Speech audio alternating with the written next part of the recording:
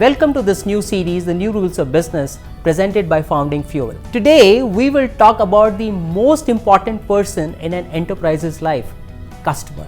So let me ask you a question. What kind of a customer would you want? Satisfied customer or loyal customers?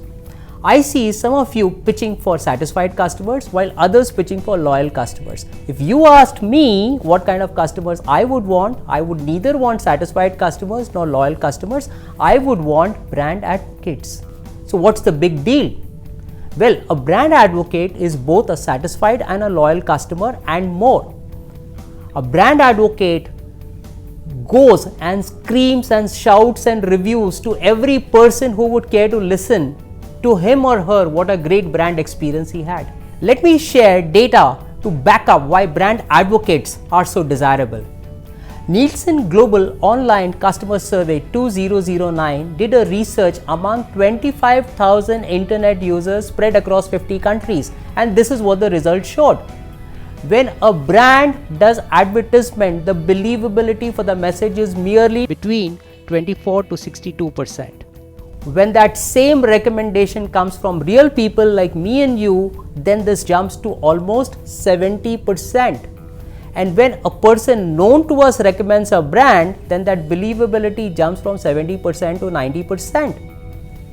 Oh, I see you getting interested, but you also have this doubt. 2009 is a long time in today's world. So let me share with you Nielsen's report of global trust in advertising, which they did in 2012. Result was an improvement on the previous numbers. Now 92% people believe when messages come from real people like me and you. Do you see the magic here? The magic is when you have brand advocates, you are taking one stone and killing two birds.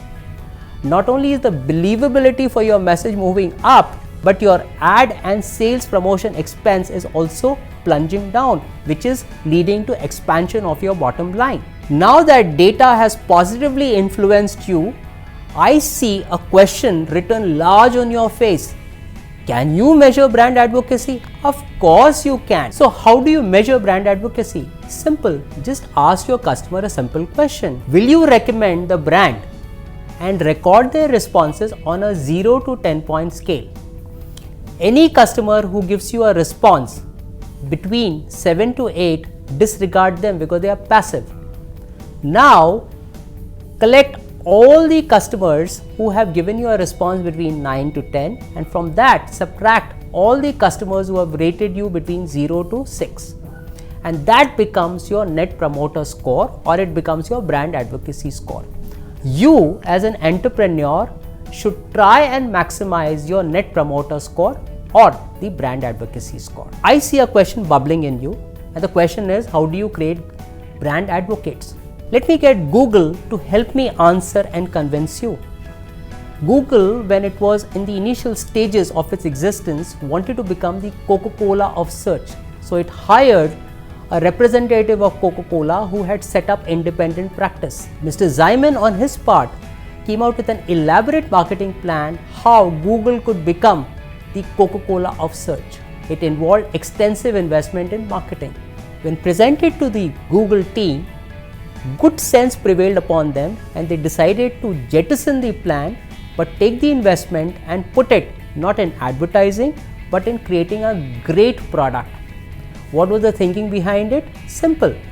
If we invest money in making the search product better, then anyone who experiences the Google search product because they had a great experience will repeatedly keep on coming back and back.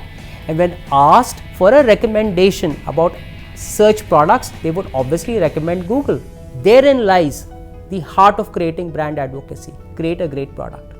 But a word of caution. Just creating great products will not get you brand advocates. Make sure that the end-to-end experience of your customer is great. What does it mean?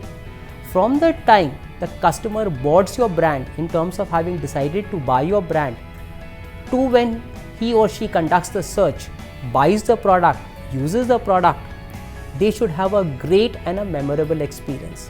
And lastly, and not the least, what you got to do is provide a platform on which your customers can go and review your brand and share with everybody else what a great experience they had and what a great brand your brand is. That's how you create brand advocates. I hope you enjoyed viewing this video as much as I enjoyed putting it together for you. Let's continue this conversation on this email address, and remember to follow me on Twitter. I invite you to actively join us in this conversation as we continue in our endeavor to present you more and more interesting videos. And lastly, if you enjoyed this video, do remember to share it with your friends. As I sign off, let me invite you to view other videos. You'll find them as interesting and as enlightening.